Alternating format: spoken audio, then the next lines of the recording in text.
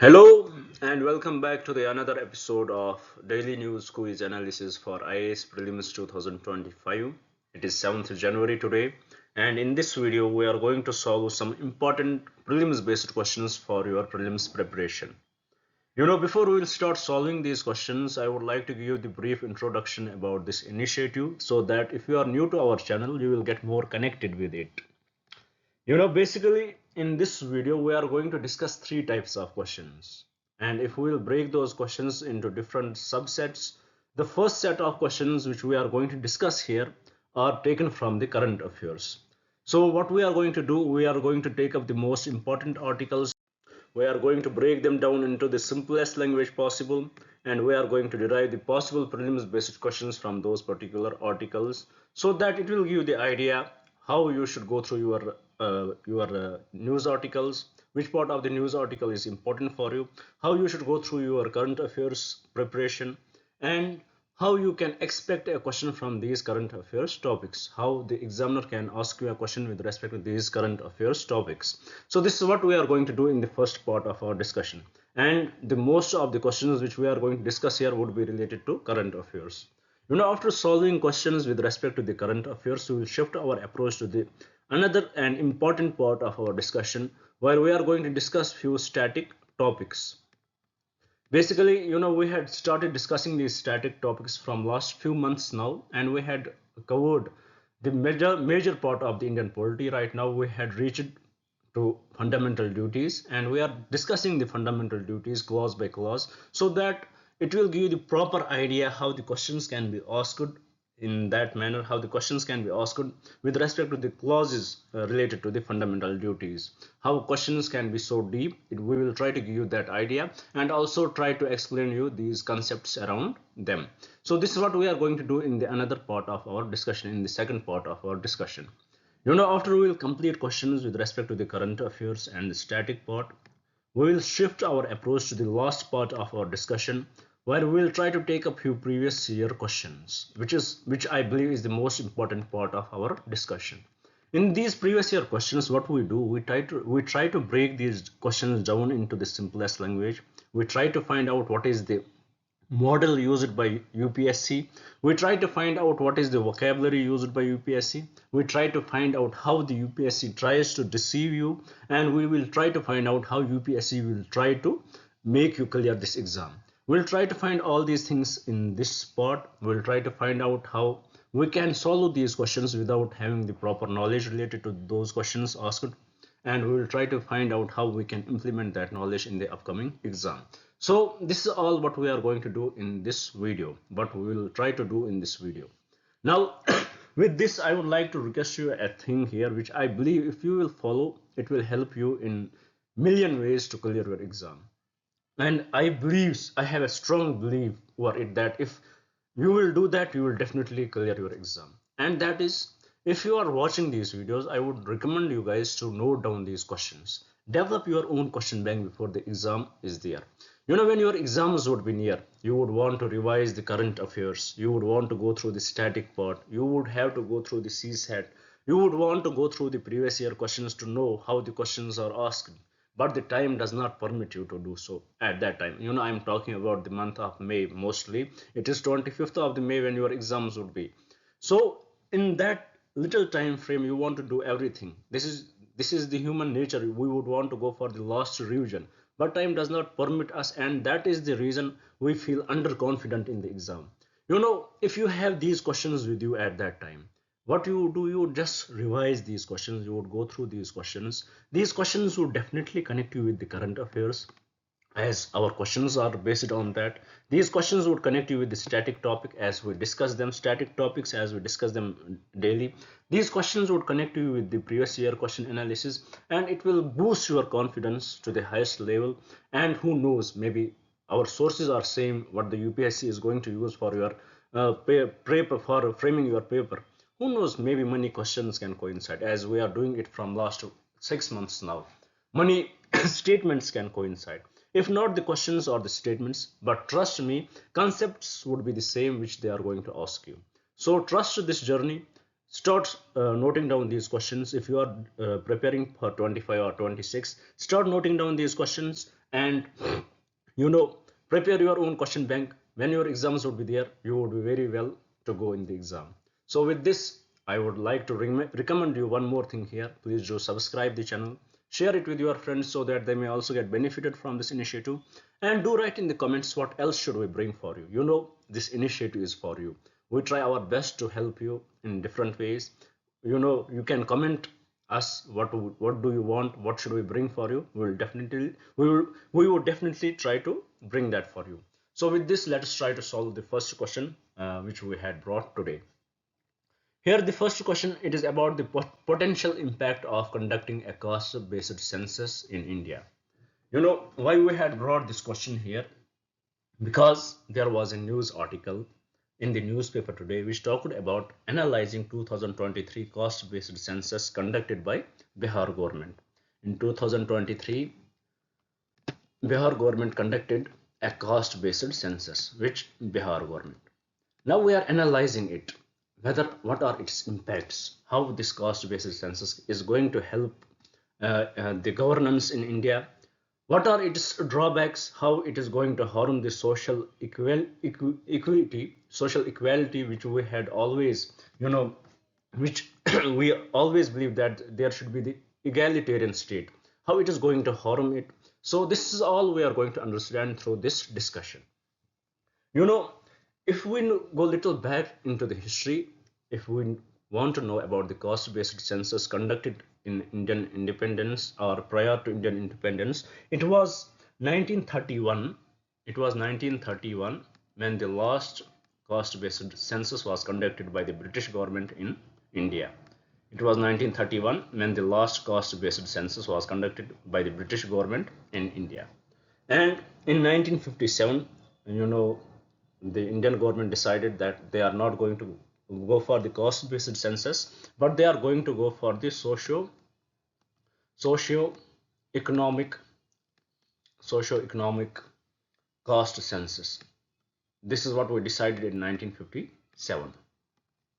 You know, what was the reason to to ditch caste-based census here? The reason for that was, even though if we will conduct the caste-based census, we would know more about the caste in our country. We know more about the sub-categorization of the caste. We will know more about, it has huge benefits when it comes to reservation, when it comes to the welfare of those people. But at the same time, it gives the idea, it has the potential to exacerbate social division and reinforce caste identities. It has this potential in it that it can raise the social division in our country. So there are various issues associated with it, various issues associated with conducting the caste-based census. But still, there are many state governments which are still conducting it. Now let's try to analyze few of the positives related to caste-based census. First of all, it will help in implementation of welfare schemes to vulnerable sections. You know, when since we are giving reservation to these lower castes since our independence, we have Indira Sahani judgment with respect that the limit set 50% limit set by the Supreme Court. Many states had broke this limit and they had gone beyond that. But the idea is, when we have this cost basis census, we would definitely know how people are feeling in the particular cost, what criteria should be used, what are the most potential people which for whom the welfare should be there. We will know more about the cost, we will know much about the subcategorization, we will know that there are people who had achieved the upper limits, who had achieved those things which the purpose of the reservation was. And so because of this cost based census, we can exclude them and we can add new costs in that, for whom we will have these welfare programs. So this will definitely help in welfare schemes, implementation of welfare schemes. It will give us the idea of subcategorization, as I already told you. It will, in the courts, when we go to courts, for example, we have to implement some some scheme from the government which they want to implement, and the courts at that time, they want to collect the data. So this will provide the data to the courts. It will help us to get the data related to costs. It will help in redistribution of justice. There are many costs who are not known to us, who are not known to us through the cost census, through the census which we are, through the socio-economic census, because it only knows about the STs and SCs, and further it does not ask much questions. So there are many costs in our country which are you know which are not that much known to the people, which are not that much known to government. And when the government goes for the welfare schemes and they are left alone, so this, when we conduct these cost based census, it will let us know who are the people who are in need of this social welfare. So these are some issues. It will also help us in redistribution justice. It will help us in monitoring. When the government applies some policy, and government will monitor what is the status of a particular cost, has it really impacted them. So it will help us in monitoring and how the policies are working on. So these are few good points related to conducting the cost based census. But the government of India from 1957 had not had ditched cost based census itself. It is the states who are conducting it. And now let's see what are the few drawbacks related to cost based census. One is criteria is not properly developed. We don't have the proper criteria. We don't have the proper criteria how we should conduct this cost based census. Which costs should we include in it? To what level we should go, to how deep we should go with respect to it. We don't have the proper we don't have the proper definition. We don't have the, well, criteria is not properly defined. Second, it will definitely trigger the social instability. When, for example, if particular cost is added, there would be some costs which would be left alone, and they will in them the social instability will develop. It will definitely lead to developing of social instability. It would definitely lead to rise of tensions, and also it can be used by the political parties. It can be politicized by the many people in our country. So these are some drawbacks associated with it. Now I hope you had understood the basic context of this question, why we had brought this question here. Now with this question we will try to solve it in a more proper way. Here the question says, which of the following could be the potential impacts of conducting a cost based census in India? First, it could provide more accurate data for targeted welfare programs and social justice initiatives. 100% correct. It will definitely help in.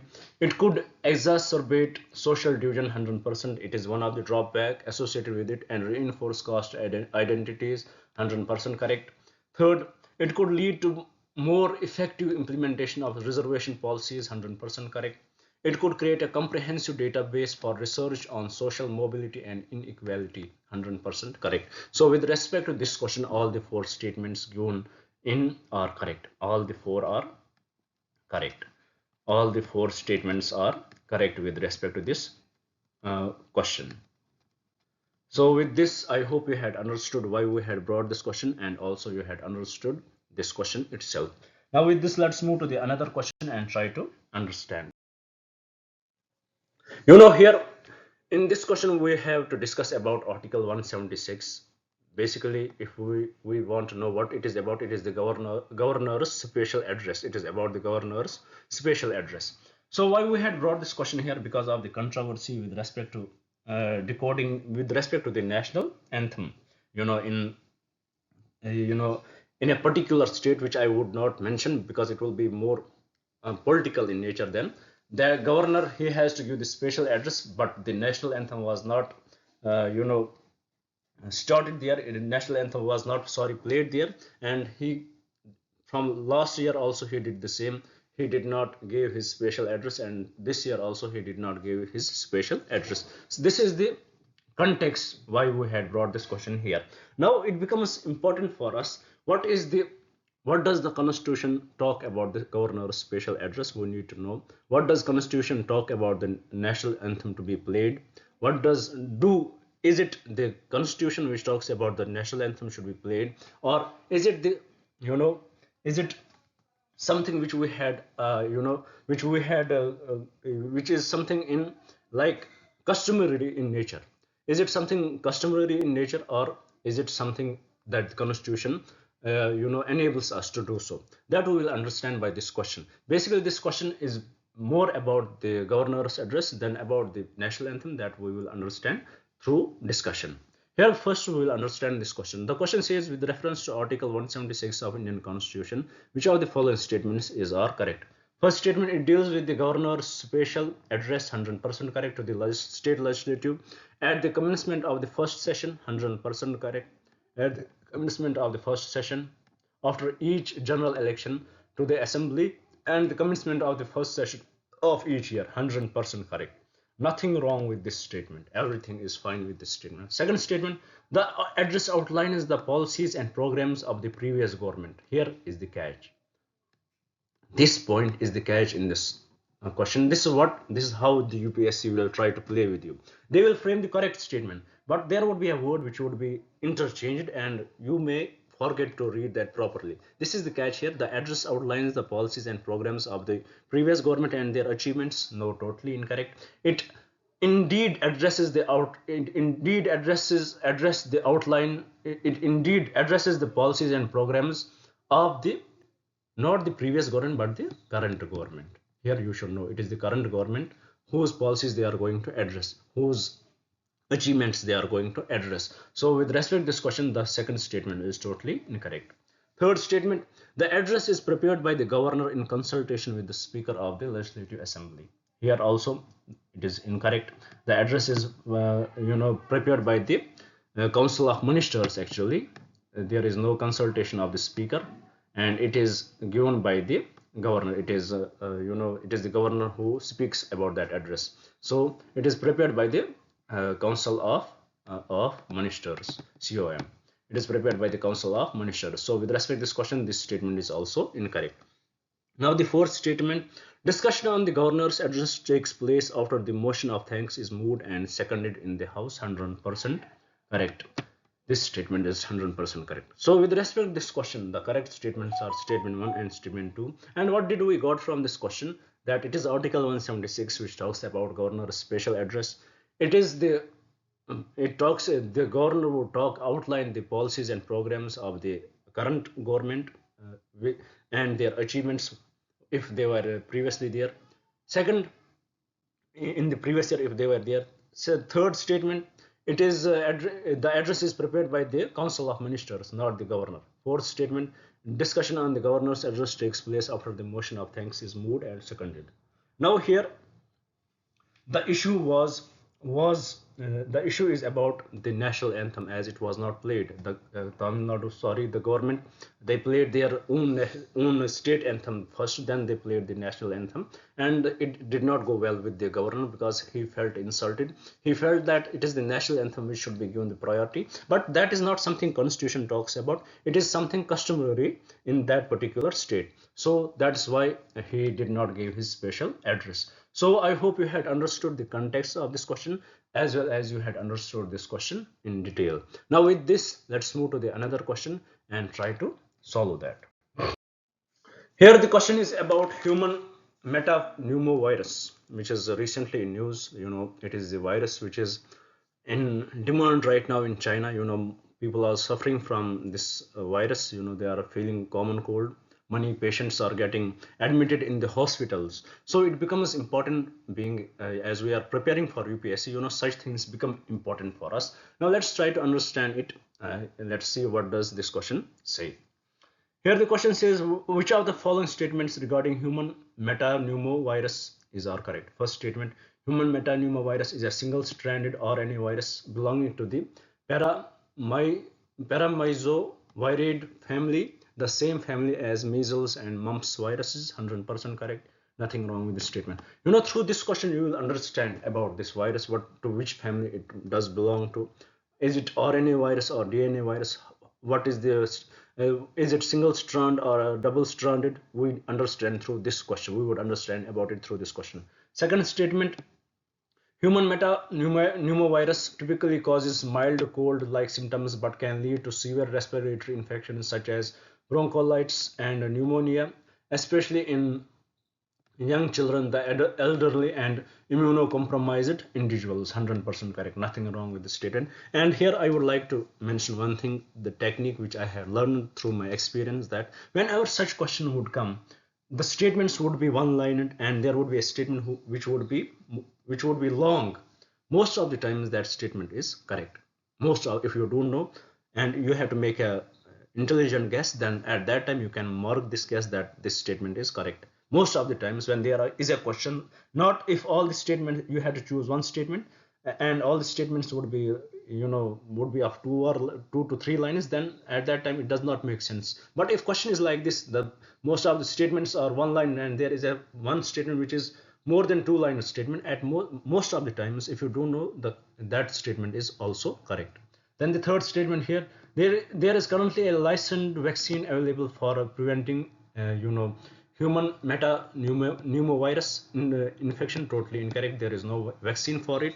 Fourth statement, diagnosis of HMV infection is usually done through rapid antigen test, RAT test, similar to those used for influenza. No, it is not done. Usually it is not done through this. So with respect to this question, the correct statements are statement 1 and statement 2.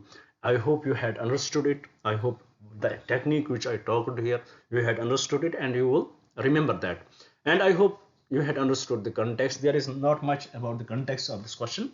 Just it is information. It was talked about. It is the most talked thing right now with respect to the diseases in news, and I believe you should know about it.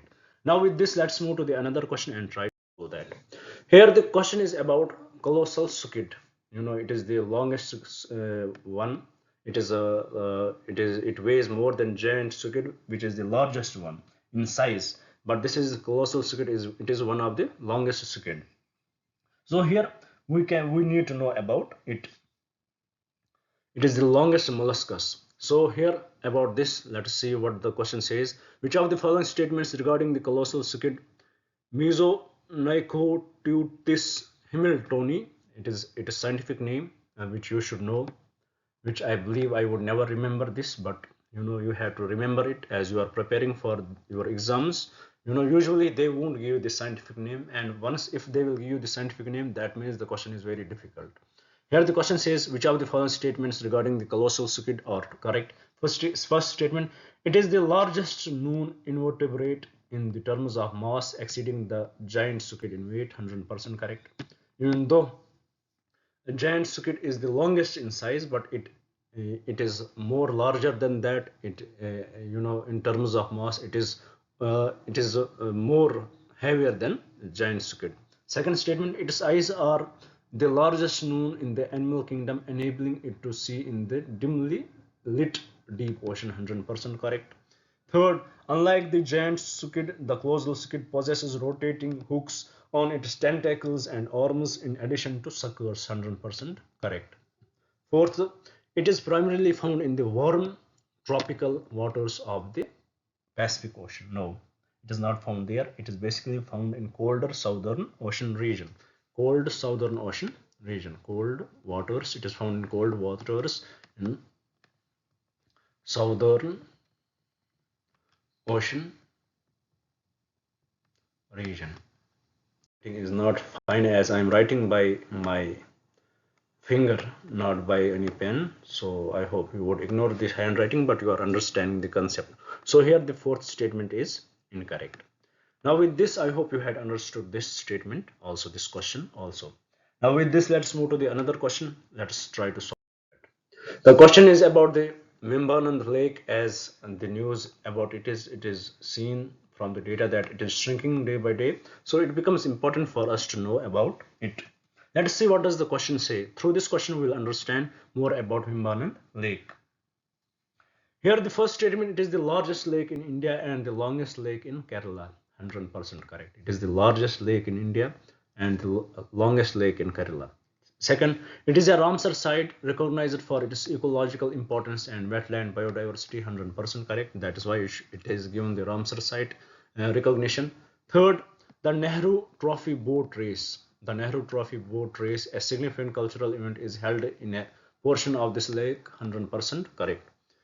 Fourth statement, the lake is primarily fed by the Periyar river, even though this river flows in Kerala, but it does not feed this. So here I will give you an assignment. If you are watching this, please find feed the Vimbanand Lake and is connected to Arabian Sea. So fourth statement is incorrect. Here the little assignment to you guys, find out what are the rivers which feed the Vimbanand Lake. It is going to be important for you. So with respect to this question, the correct statements are statement 1, statement 2 and statement 3, and the code below, the correct code will be option A. This will move to the, I guess we had completed the questions with respect to the current affairs today. I hope you had understood every question which we discussed here. Now with this we will move to the second part of our discussion, where we will solve the static topic question. Here let's we go. As we are right now discussing the fundamental duties which I told you in the introduction part also, and right now we are discussing it clause by clause, and right now we have reached to clause H of the fundamental duties. About fundamental duties, I want to add few things here which I every day do, that it was not originally the part of the Indian Constitution. First of all, it was introduced by the 42nd Constitutional Amendment Act, which is also known as the mini constitution. It was introduced through it. It was the Savan Singh committee which recommended that this should be there, and we got inspired from USSR. These are few points which we should know. It comes under the part 4A of the Indian Constitution. This also we should know. So here, as we are discussing it clause by clause today, we had reached to clause H of the fundamental duties. Let us see what does it say. The question says Article 51A of the Indian Constitution enumerates the fundamental duties with reference to Article 51AH. Which of the following statements are correct with respect to it? First statement, it mandates every citizen to develop the scientific temper, humanism, and the spirit of inquiry and reform. 100% correct. It mandates every citizen to develop the scientific temper, humanism, and the spirit of inquiry and reform. To go away from the delusions, to go away from that superstitions. This is what the aim of this clause is. Second statement, the term scientific temper, with respect to this question, the term scientific temper implies a rational and objective approach to understand the world, free from dogma and superstitions. 100% correct, nothing wrong with this statement too. Third statement, this duty encourages citizens to question existing social practices and strive for positive change. 100% correct. The individuals of our society should question the existing social practices which our country is going through, what our societies are going through, what our social cultures are going through, to question them whether they are good, whether these cultures, whether these trends which we are following, whether they are rational or not, whether they match the scientific innovation or not. Every citizen should question that. This is what this article wants us to do. So with respect to this question, the third statement is also correct. Coming to the fourth statement, it is a legally enforceable duty and non-compliance can lead to penalties. No, it is not legally enforceable.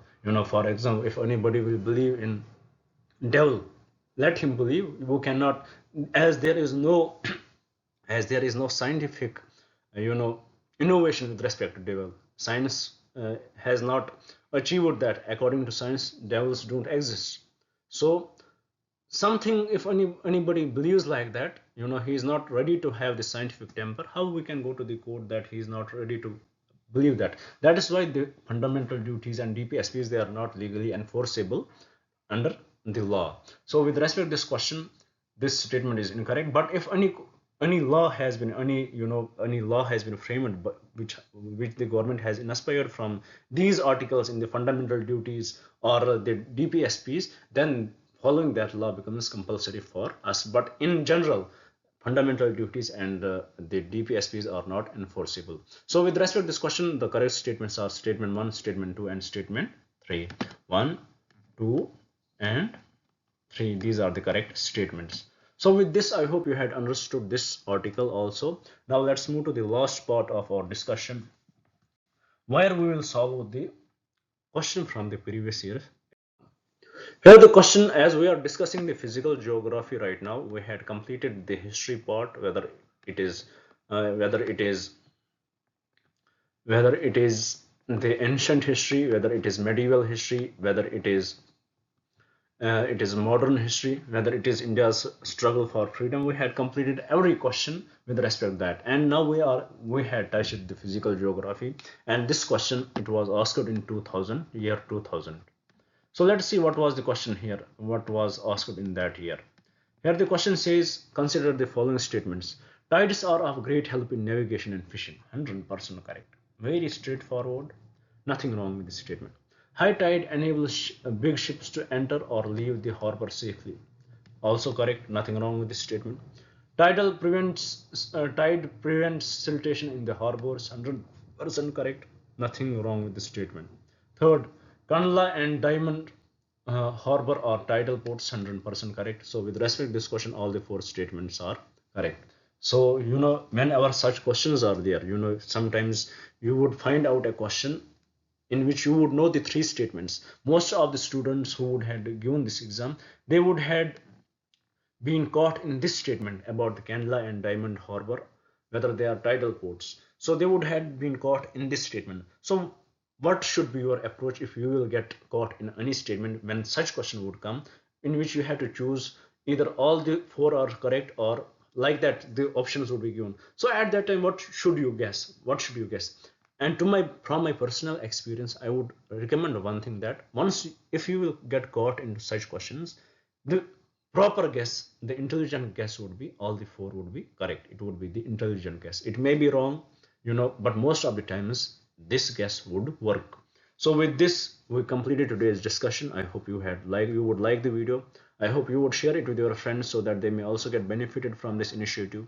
And I hope you would you would do best in your exams. Thank you for staying with me. Thank you very much. Have a nice day.